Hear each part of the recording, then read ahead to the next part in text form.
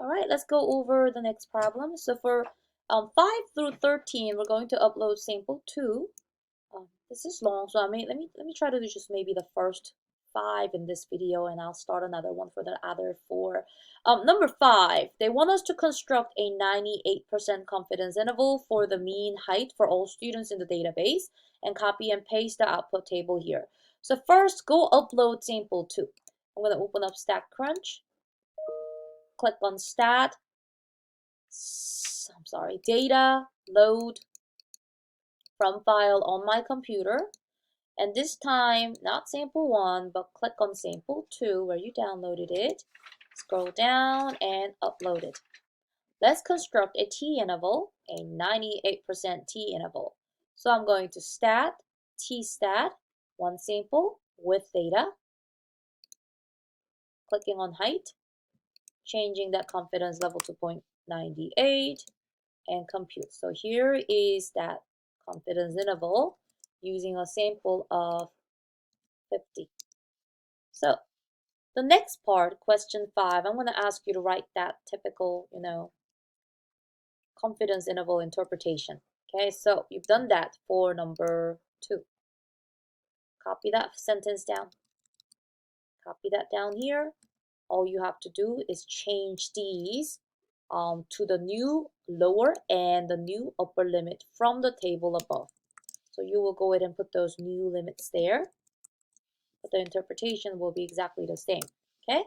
Now it says explain why it was not necessary to examine the normality assumption for sample 2. Oh well, we didn't really talk about that, but now I will get to talk about it. All right, so take a look. Change the font a little bit. When we were building a confidence interval using a sample of size 25, okay, we had to assume that the population is normally distributed. We don't have to assume this when we work with a sample of size 50, because 50 is what? Greater than 30. Understand, right? And now I'm going to ask you to tell me the name of this theorem. Which theorem are we talking about?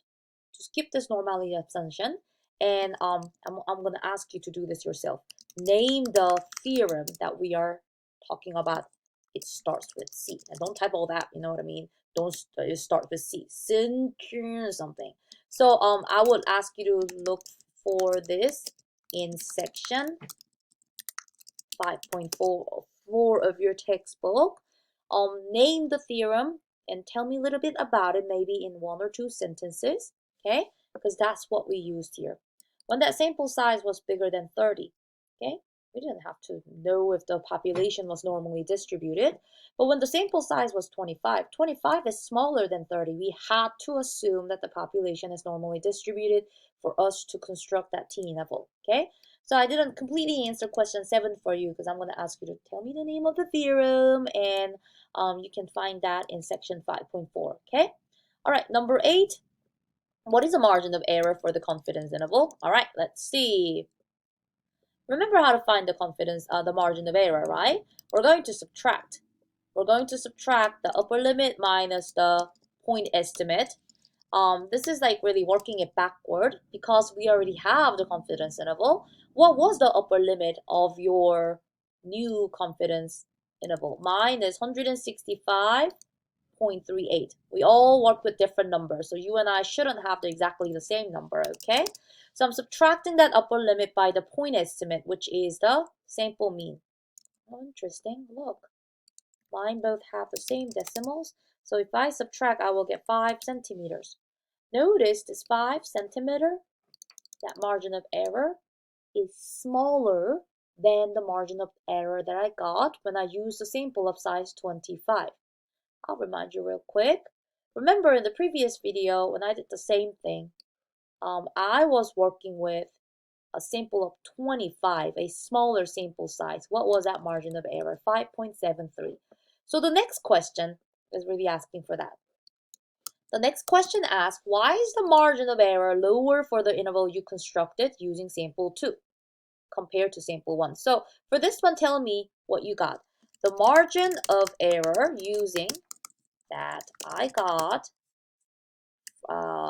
margin of error from, hold on, I'm sorry, I'm having difficult time wording this.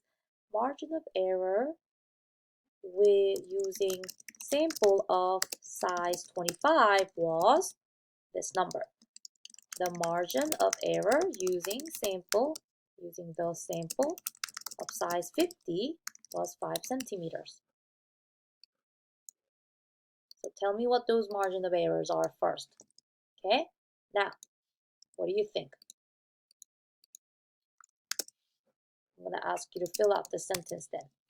As the sample size increased, the margin of error, fill in this blank for me. What happened? As we go from 25 to 50, we double that sample size, right? What happened to the margin of error? I want you to fill in that blank for me. We're looking up, or we're looking at the relationship between the margin of error and sample size. It will be very impressive if you could connect it with why it works out the way, okay? Tell me why you think this happened, okay? We have a bigger sample. What does that mean, okay? Or if you want to relate it to the formula for margin of error, okay? And take a look at where that sample size is located in this margin of error formula. As that number gets bigger, what happened to the quotient? What happened to the margin of error, okay? You know, if you could just fill this out, you'll get full credit. But I do want you to think about why this works out the way it does. Why do they have this inverse relationship? Why does as sample size increase, does the margin of error decrease? If you could add that reason, that will be really nice. I would love to read that. But this should be enough for this video. I think I'm going to come back and talk about the other 4 in another video.